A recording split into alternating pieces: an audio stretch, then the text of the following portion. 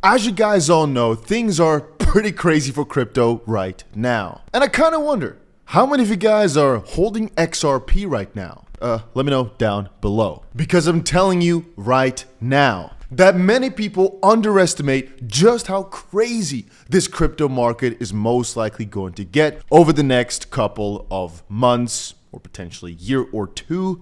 This is what I just posted on Twitter, and I want you guys to really properly analyze this. It shows the Bitcoin price in every previous cycle, every previous run. And what you notice is that whenever you see the price pumping, people start thinking, yep, that's it.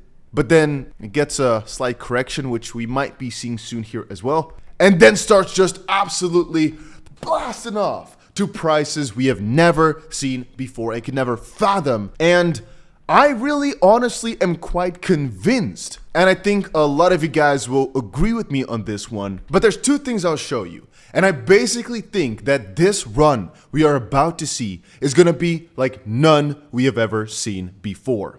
Elliot Trades had some interesting things to say. He said, there's a real possibility that Bitcoin reaches a new all-time high the day that the ETF is approved, which could very well be in about a month from now.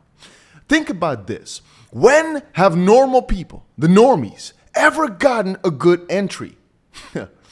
Never. You buy in at the price you deserve. Higher. Pullbacks are normal and healthy, but the momentum is something else. Clearly fueled by institutions aping Bitcoin like it's going extinct.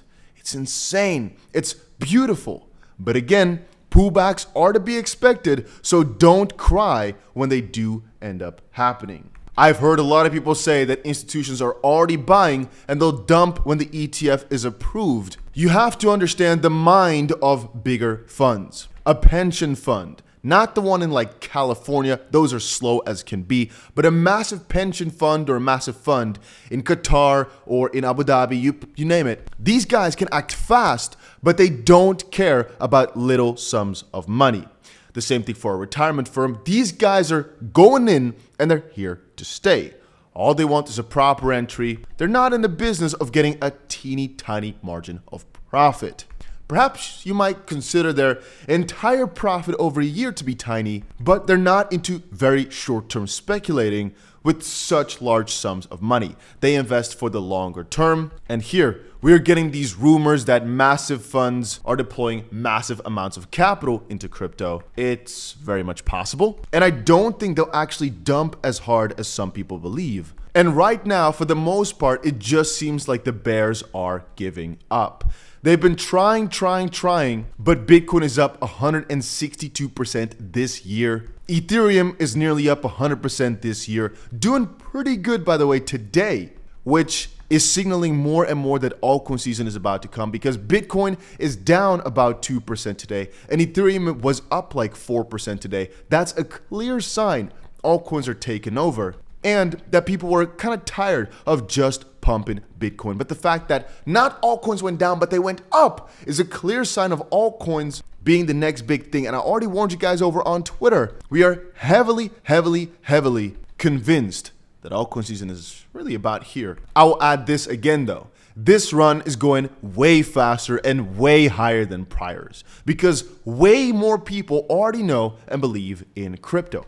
When I think back, I've been making these crypto update videos nearly every day for 7 years straight. And one thing I notice is that the baseline of the amount of people that know and care and believe in crypto keeps increasing every run. Right now, we've got a very large increased pool of people that update themselves on crypto every day. Take a look at crypto every single day, but I'll add to you the most important little cherry on the top. And if you've not done it yet, guys, make sure you quickly go ahead and press that like button. I'll give you 3 seconds if I can count. Thank you very much. But this time around, ladies and gentlemen, we have got ourselves the major institutions vouching for this crypto sector. And I know you must be thinking, Dusty, but these institutions lie to us all the time because they want to take our money, which is true, which is why we don't care what they say. JP Morgan's new report. I don't care about what JP Morgan puts in their report. And if you do, I'm sorry for you, because these guys are not in the business of trying to make you money. You look at where they actually put their money into. That's what we watch, and we know that there have been so many reports by guys like JP Morgan. Well, in the background, they've been building and building and building. And then I look at another title. You know what I see in that title? JP Morgan, here's the reason why crypto can't survive.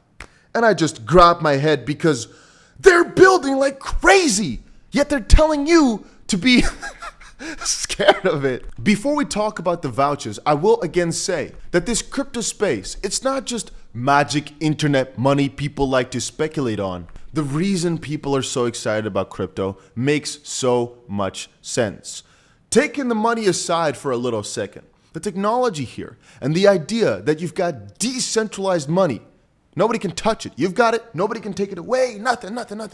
It's so powerful. And as people distrust things like the US dollar more and more over time, and as inflation and people's understanding of inflation keeps ramping up, cryptocurrencies just make that much sense. And you know when I started getting scared of the top guys?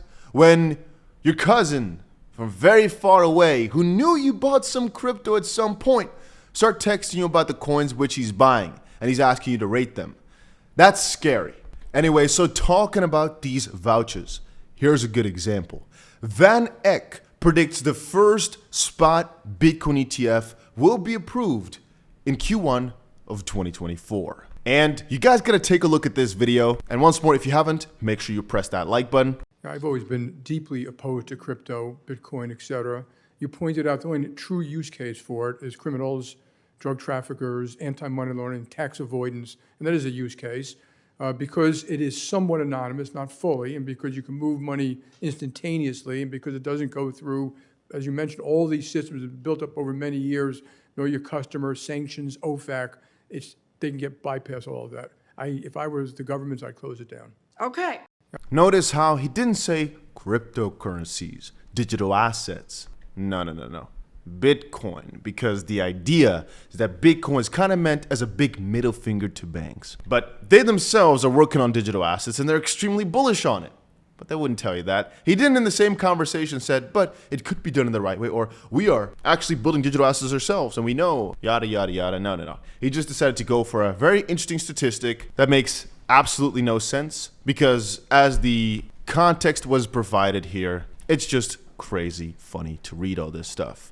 Even John Dean says, let's place Jamie Dimon's comments in perspective by former controller of the currency. And this video, for the most part, just talks about how digital currencies and the whole crypto wave, for example, it's taken over the sector. And it's not like currencies really go, which is what Brian Brooks also says, but banks in the traditional concept of you giving out your money to them.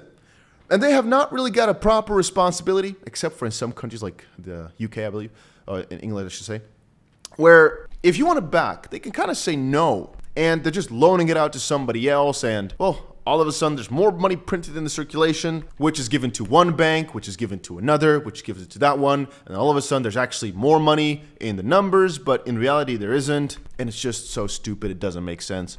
Because if you really look at the numbers, it's kind of funny just how little a percentage Bitcoin or even crypto in that sense are, the illicit part of it. It's really rather small, but for some reason they like to use that number. I should say they like to use that use case as if it's a big number. But think about it from the guy's perspective.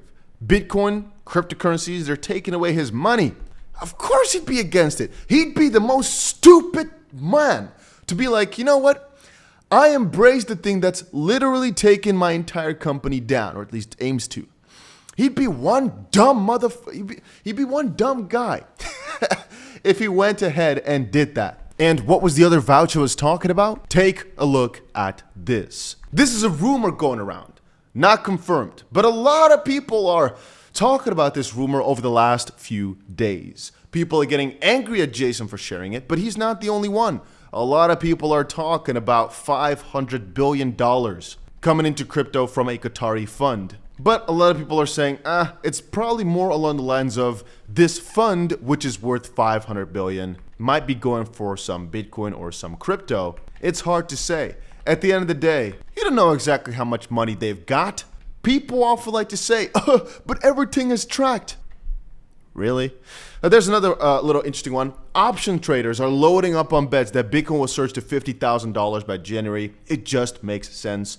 Theoretically speaking, Bitcoin could reach a new all-time high the day the Bitcoin ETFs are approved, because so much money from the shorts, from the sellers, is being taken out right now. It is insane. Especially if we were to break through 44.6 thousand, where the majority of the pressure lies. But right now, we're seeing a slight decline, a slight correction for the first time in a while. And again, if you're looking for more vouchers, this is interesting that this is all happening at the same time, right?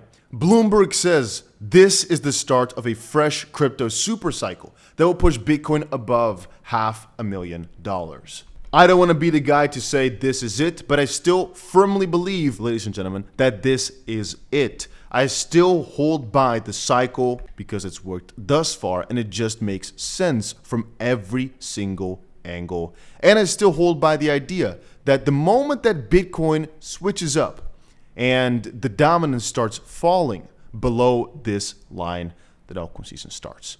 Probably, in theory, it could have started now, and it just takes some time to finally get down below and basically look like this, for example, which means that altcoin season probably started here already, just to give you guys some idea, or perhaps somewhere even earlier, as this is Bitcoin to ETH. Let me actually look it up the other way. Here is ETH to Bitcoin. This is the one a lot more of you guys know. And this whole period here, this whole period is bull market periods, right? And where's the bear market? This whole period. Does it make sense? Yes, because in this first period, the left one, Ethereum is doing a lot better than Bitcoin because it's bull season. Altcoin seasons do better. Right now, in a bear market, basically, Bitcoin does better and in the run-up of bull market. But here, it's interesting to see that we've basically hit a little plateau. And it could be that from here on forward, we basically start seeing Ethereum do significantly better and basically, actually, ignite the altcoin season. It could have started now, even though supposedly it was going to start somewhere a little bit further into 2024. But with all the excitement, all the rallies here, what if it starts earlier? Maybe this time it's different because major funds are trying to get in. I always like to refer back to this one right here. The cycle is always the same. You just have to identify where in the cycle you are. We right now are at the tip of this, arrow, or potentially slightly more towards the middle, depending on what happens over the next few days. If it continues on that Bitcoin doesn't have the craziest of days, but Ethereum and some other altcoins have, we've gone into this stage right here. And from that point forward, all three of these are altcoin season. And I'd say then, this is not financial advice, but just sell everything. Just start investing into everything going crazy. Because basically at that point, anything you buy goes berserk. Your friend that you knew from back in high school is going to start texting you about how he sold his kidney to buy some shoe dog, Shiba Inu hairspray,